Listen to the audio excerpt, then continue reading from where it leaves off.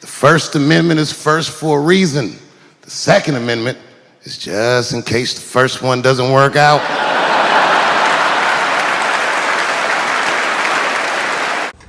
Lamont is now the darling of the mainstream propaganda machine.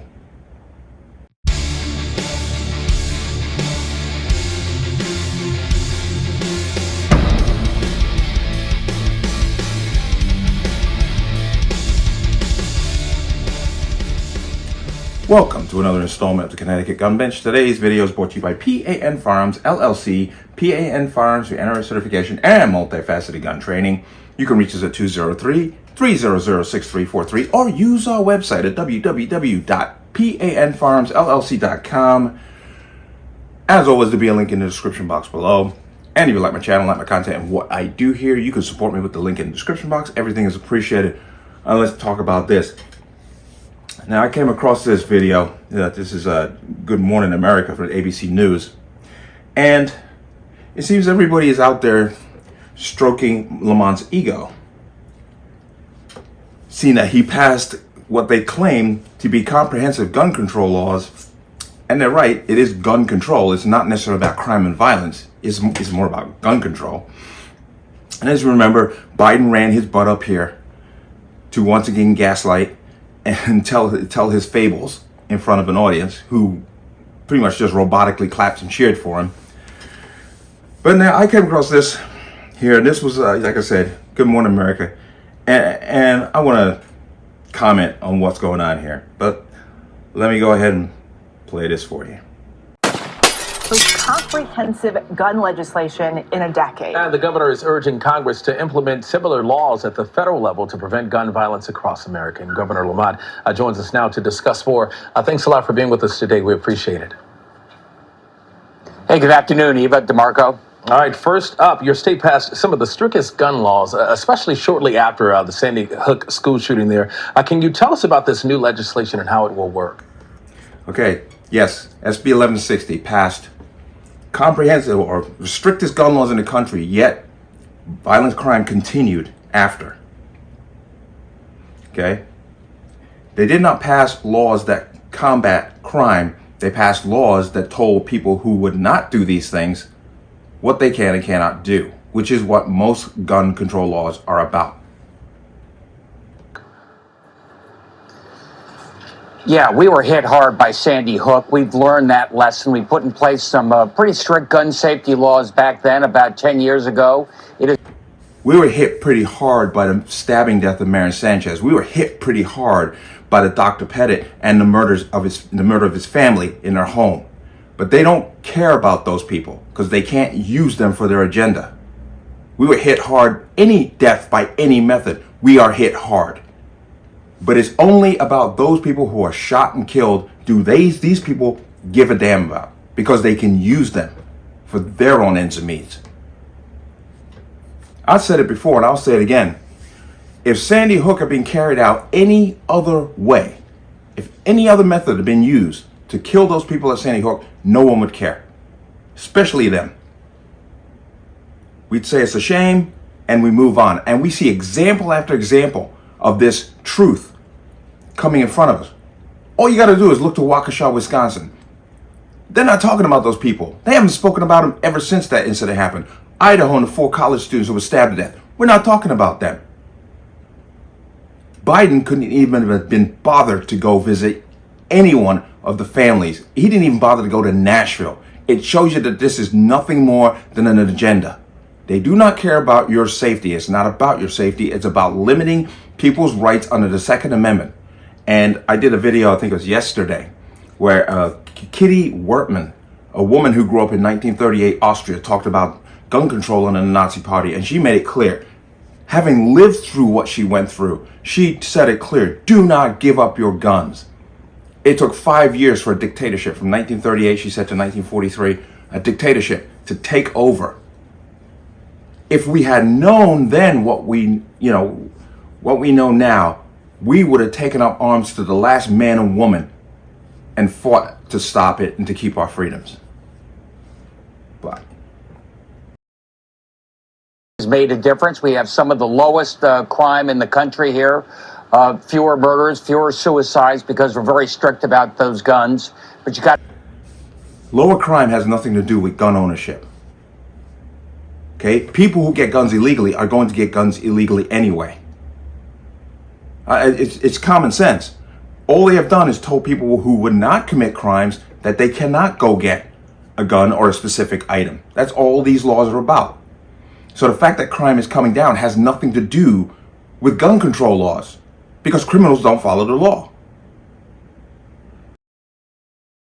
to modernize this, and that's what we've done now. Getting those illegal ghost guns off the street. Easy to turn that pistol into a machine gun. Now it's easy to enforce. Open carry against the law. We see you carrying a weapon, get you off the street, and get that illegal gun off the street. Notice association here. He's trying to say that somebody open carrying has an illegal gun. Is this where he's going with this? People who open carry are not criminals. Those are the people you don't have to worry about. Somebody opening and carrying a gun, yeah, yes, I have a gun, is not the person you have an issue with. It's the person who's hiding that gun is the person you need to worry about. Gun rights supporters are already suing. Do you think this is going to hold up in court? I don't. We get sued a lot. Let's hear that again. Gun off the street. Gun rights supporters are already suing. Do you think this is going to hold up in court? I don't. We get sued. Isn't that prophetic? Now, maybe he didn't hear the question or he misconstrued the question. Who knows? I'm not going to speculate, but he said, I don't. When asked, do you think these will hold up in court? He said, I don't. Well, that's very prophetic because they're not going to stand up to legal scrutiny, specifically on the Bruin. But once again, he's not spending his money to defend his laws. He's spending our money to defend them. Sued a lot, but that said, I think people believe this works. It's making a difference, and I think we've tested this pretty good. We're going to be fine. All right, Governor, you met with President Biden shortly after the legislation passed. What did you talk about, and do you think Washington can do more at this time? Absolutely. I mean, after Sandy Hook, our Senator Chris Murphy took our lessons learned from Connecticut, and our Senator Richard Blumenthal used the Sandy Hook incident to raise money for his campaign. I remember that. I remember that clearly. Put in place bipartisan gun safety legislation the last year, made a big difference. And we can't do this by ourselves. We need the federal government to step up as partners. So I hope, again, following Connecticut's lead, you'll see the rest of the country put in place some laws that make a difference. And what was it? Gun bans do not make a difference. Why do we assume that telling people they can't have something is going to lead to some utopia? It's ridiculous, thoughtless action.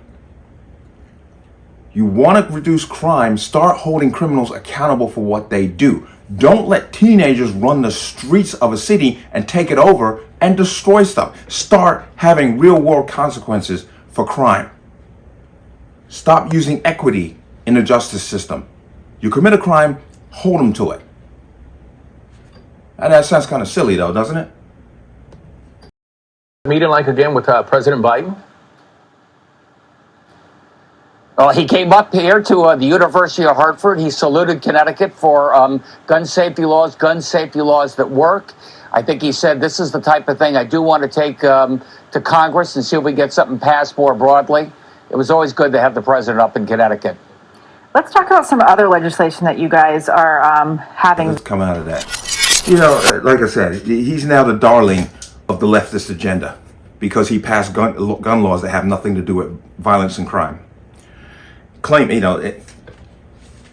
that, oh, because we passed these laws, crime has gone down. No, crime goes down because there's a sense of morality among people and accountability for those who commit crime. That's why crime goes down. It has nothing to do with a ban or telling good people what they can or cannot do. That's a bunch of nonsense.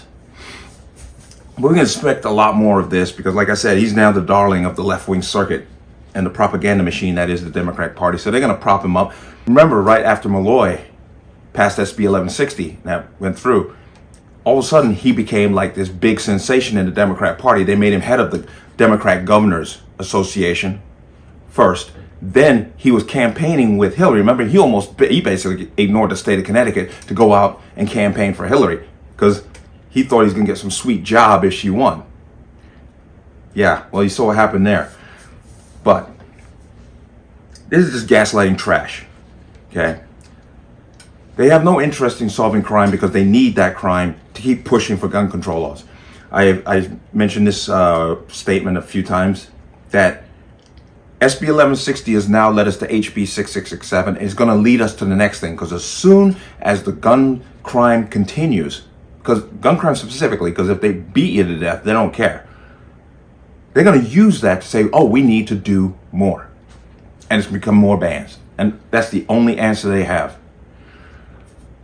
But let me know what you think. As always, you can leave your comments in the comment section below. And as always, any statements of violence or statements that lead to violence will be removed. Please like, share, comment, subscribe. Don't forget to hit that notification bell so you're notified the next time a video goes live. I will see you on the next one.